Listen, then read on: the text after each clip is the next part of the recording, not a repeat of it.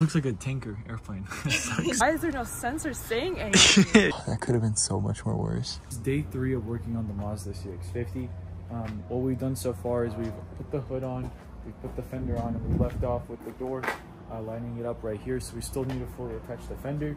And today what I'm really going to be doing is swapping out the computer headlight that I purchased from the donor vehicle, and we're going to put the computer from the original vehicle onto that headlight. So installing the headlight, we're going to then install the bumper on, and it's going to be fully complete front end. Then we're going to send it off to paint. I don't want to paint the car myself because I don't have a booth. I don't want to do really outdoors. It's winter, cold, and I don't think it'll be time efficient from my end to do that. I do hope that the paint shop can then address some of these divots right here, maybe do some body work on that and paint that as well. So we'll be painting the hood, the fender, and then possibly the A-frame. This be the A-frame color? Yeah, after they sand and buff out those divots. So we're gonna start with the headlight, make sure that it fits all good, and then throw the bumper on and see if we can take it for a spin, see how it drives. That's gonna be exciting, seeing if there's any additional issues, right? So this is 3 total days working on the car in the span of 2 weeks. It's 2 weeks because I'm at work, I got school, I'm waiting for parts, I'm sourcing parts, and I'm waiting for them to come in.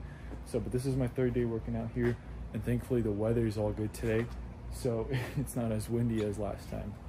And then finally, once that is all done, we'll then address the windshield situation.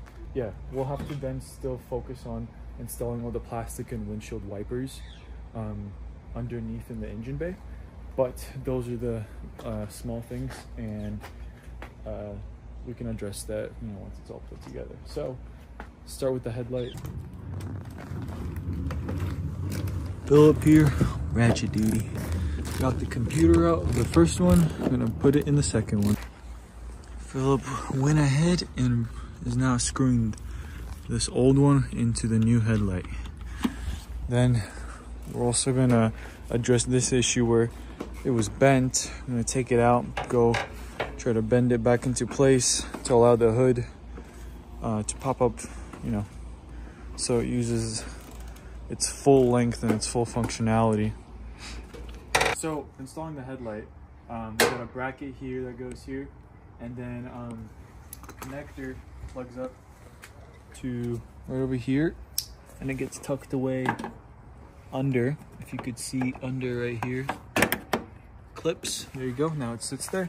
And then up here up top we got 2 bolts, they're hex styled bolts, and then we're gonna have the bracket that sits underneath it. So right now though, and then there's a whole bunch going on here when it comes to the fender and the bumper meeting that needs to get bolted up. Right now though, we're gonna quickly test the headlight because we put the new computer on. So let's go turn on the car. And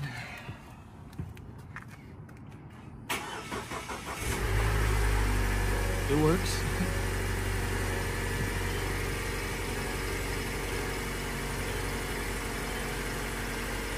So I'm getting a parking light malfunction. Well, so here's the light. It turns off when I turn off all the headlights, but then the moment I turn it on, the headlights turn on, but then also parking light malfunction, have vehicle inspected. So parking lights, I don't think that really falls into the actual headlights. The headlights are both on, so they work. So that's good news. So putting the lower bracket on, got the top ones on. This bowl right here, the plastic was broken off. Oh. So I super glued and then melted the plastic back together. And it was along through here and here. So that bolt's going there. And then we have a bolt that holds it here, but we have also a damaged little plastic that gets hooked right on this edge, and it's not going to be there, but I think we should be fine with the amount of bolts that go on for this headlight. So we're going to install it. Go ahead and install it. See that bolt right there? Perfect. Yeah, first do it with your hand, probably. Yeah. Right into here. Yeah, just turn it with your hand. Actually, let's actually do one of these. You ever installed one of these before? No. So you pull it out up the top, and then yeah, not all the way, and then see how it comes together. Stick it through that hole right there. Push all the way flat, and then push that. Perfect. See, and it's a clip. It? Yeah, that's it. And then that's good. Then we're actually gonna have another clip, I think, of one of these. Not too tight, Philip, okay? So another clip goes right there, and then we have a bolt that goes right here. All right. Go ahead and then put in another clip.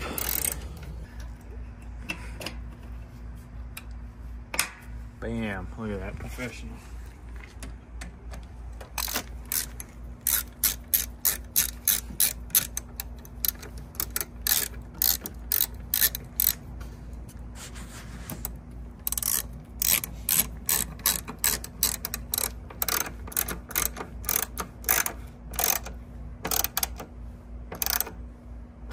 Don't want it too tight. And then I swear I just had a screw right here. It's screwed under right here. Do this little plastic. I don't think it's going anywhere. Do you think so? Perfect. It's holding on. Yeah, that's good. We were hooking up the fender on the inside, and we're just judging. Philip, what do you think? Is it weird? Is it off a little? We're judging how the door looks. Right here. Okay, there's a divot. Yeah, there's a divot right there.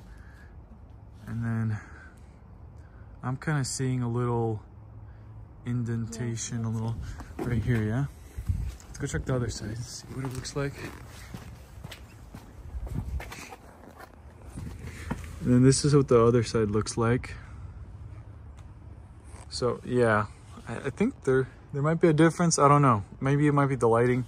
Let me know in the comments what you guys think. So Philip, go ahead and explain what we just plugged into the bumper. All right, so what was this one, Philip?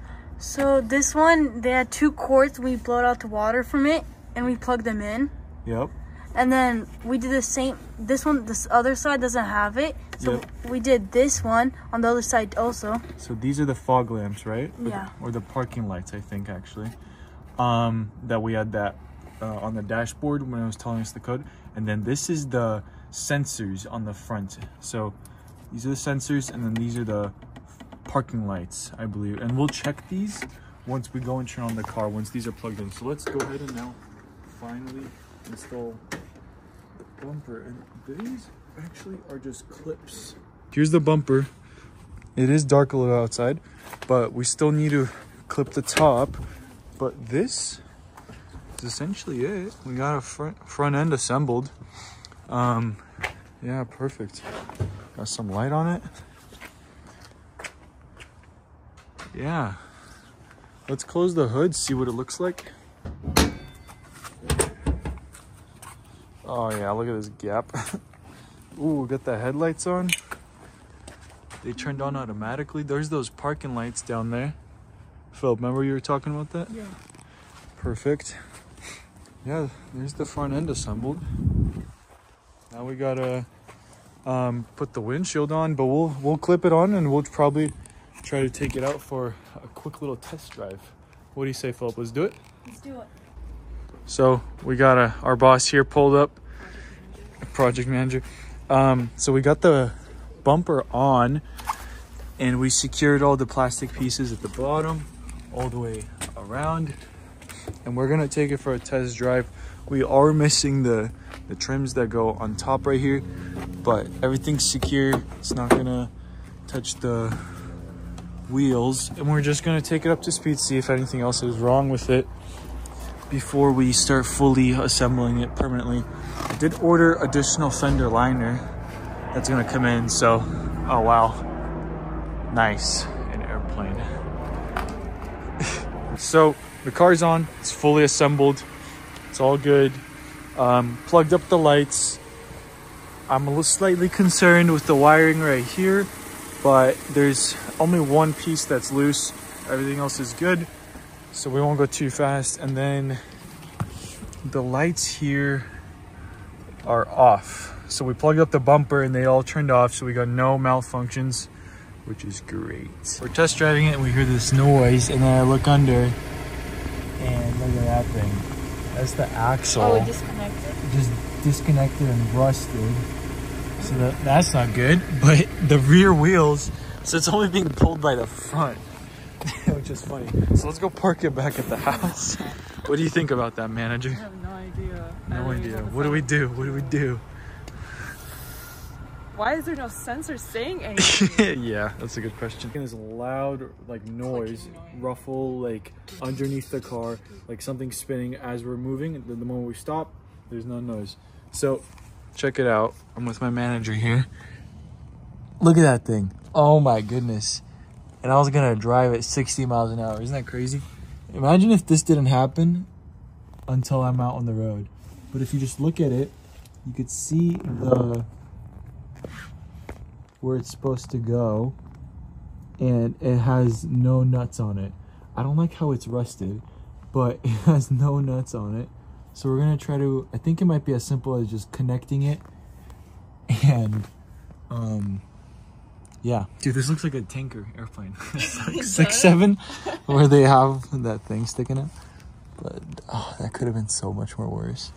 So after talking to my dad a little bit about it, and thinking about why they would be disconnected, and we came to the conclusion that it was probably the towing guys when it initially ended up needing to get towed to the insurance auction.